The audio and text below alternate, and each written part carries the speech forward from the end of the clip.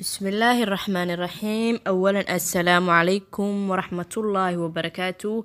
سو دواada walaalaha sharafta leh ee ku xiran channelkeena caafimaad channel gacmo furan iyo niyad saafi ah.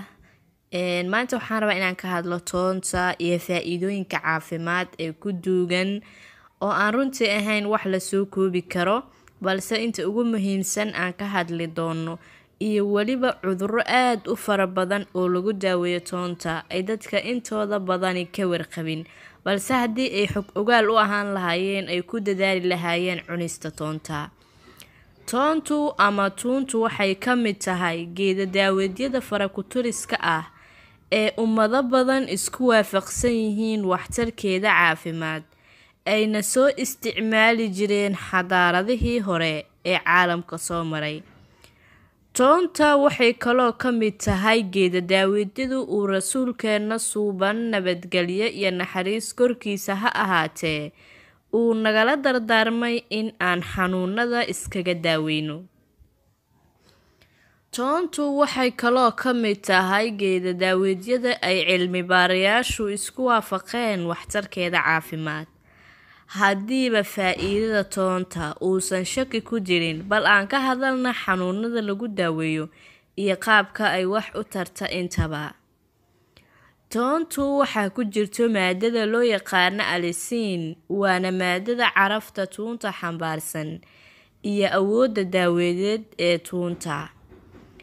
Waxyaalaha nafaqada leh ee toonta laga helo waxaa ugu horeeya magnesium, vitamin B6, vitamin B-C iyo maadada selenium. Waxaa kaloo ku jira qadar yar oo calcium, copper, potassium iyo bir ah. Toontu waxay sare u qaadaa difaaca jirka, waana sababta loogu adeegsado xanuunada uu fayruska keeno sida hergabka, durayga. Waxaana la arkay in halista hergabka ay yareyso 70% markii toon la isticmaalo. Toontu waxay hoos u dhigtaa dhiig karka, waxaana jira dad badan oo u isticmaalay in ay ku xakameeyaan cadaadiska dhiigga. 3 daraasad oo lagu sameeyay toonta waxay sheegeen in haddii aad qaadatid qadar toon ah oo 600 ilaa 1500 oo milligaraam oo toon ah maalintii, in ay la mid tahay adigoo qaata kaniiniga dhiig karka ee loo yaqaano Atenol, sidaasuna uu dhiigaagu ku kontaroolmayo. Kaniiniga dhiig karka adoo qaata ayay la mid tahay haddaad qaadato 600 ilaa 1500 oo milligaraam oo toon ah maalintii, wuuna ku xakameyn karaa cadaadiska dhiigga. Maadaama qadarka toonta ee aan soo sheegay uu badan yahay oo dhici karto inuu qofka qaadan karin ama uu dhibsado urteeda, waxaa habboon in aad tuunta u isticmaasho dhiig karka markuu cusub yahay ama uu bilowga yahay, laakiin hadduu aad kuugu kaco waa inaad daawo qaadato. Toontu waxay hoos u dhigtaa kolestaroolka xun ee loo yaqaano LDL. Waxay kaloo hoos u dhigtaa dufanka loo yaqaano triglyceride oo wadnaha u daran. Waxaa jira dhowr daraasad oo ku talinaya in kolestaroolka lagu xakameyn karo cunista toonta joogtada ah. Toontu wuxuu Alle ku abuuray maado ka hortagta xanuunada hilmaamka maskaxda keena sida Alzheimer's iyo dementia.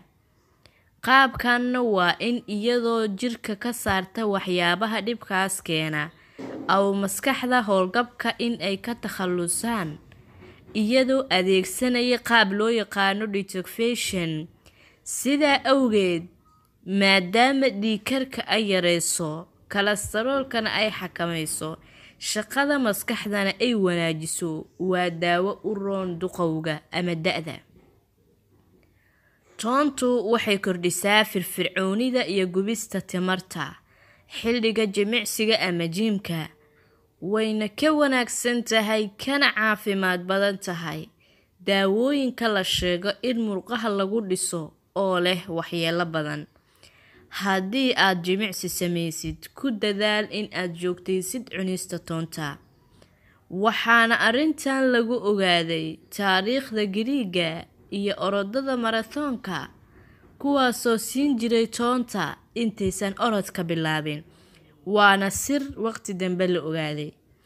dadka ka shaqeeya warshada kiimikada samaysa sida rasaasta ama liidhka waxa loo yaqaano aad ayay ugu dadaalaan cunista toonta iyadoo la arkay in ay jirka ka saarto sunta, waxayna ka hortagtaa astaamaha ay dadkaas badanaaba dareemaan sida madax xanuunka iyo dhiigkarka.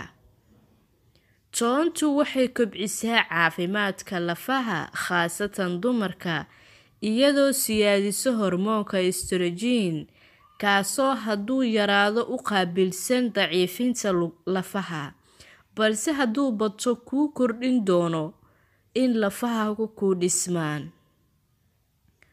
toontu waxay la dagaalantaa gooryaanada iyo jeermiska mindhicirada gala iyadoo Alle siiyey awood suuxin oo gooryaanku suuxayo caloosha si sahlanna isaga soo saari karta. badanaa cilmi baarayaashu waxay sheegeen in dadka joogteeya cunista toonta in ay ku yar yihiin bahallada iyo gooryaanada caloosha gala. haddiiba dhibaato ay kaa haysato caloosha, fadlan ku dadaal toonta oo ku nadiifi mindhiciradaada. toontu waxaa kaloo loo adeegsadaa qandho jabis, ka hortagga qufaca, madax xanuunka, sidoo kale caabuqyada sanqada, kala goys xanuunka, baabasiirka, xiiqda, burunkiitada, qaniinyada masaska iyo dabaqalooca. wuxuuna rasuulka sallallahu calayhi wasallam inoo sheegay in haddii toonta la saaro meel uu bahal ka qaniinay iyadoo la tumay, waxay jirka ka soo nuugtaa sunta iyadoo Ilaahay idinkiis ka hortagtaa in sunta ay dhiigga raacdo. intaas aan soo tilmaamay oo lagu daray ku daaweynta xiiq dheerta iyo saliilyada ilkaha, cambaarta basada gasho, waa wax cilmi baaris lagu sameeyey oo la arkay waxtarkooda. haddaba intaasoo faa'iido caafimaad iyo ku daaweynta intaas oo cudurro ah waxaa laga helaa toonta oo ah wax fudud uu qof walba gurigiisa ka heli karo. caafimaadkaas iyo faa'iidooyinka intaas la egna ay ku duugan yihiin. haddaba aan ka faa'iidaysano toonta annagoo dhowr qaab u isticmaali karno. waxaad u isticmaali kartaa in ayadoo caadi ah aad qolofka iska fiiqdo ood ruugto, sidaas aad ku cunto, ama in aad tumato oo biyo ama wax ku darsato, amaba in cuntada lagu darsado. saddexdaas qaybba waa loo isticmaali karaa cunista toonta. qaabka allaali qaabka u isticmaashidne waxtarkeeda waad ka helaysaa insha Allah. waan filayaa in aad toonta ku dadaali doontaan kana faa'iideysan doontaan waxtarkeeda caafimaad. insha Allah inoo sheergalay fiidiyowga. waad ku mahadsantihiin daawashadiina. wassalaamu calaykum.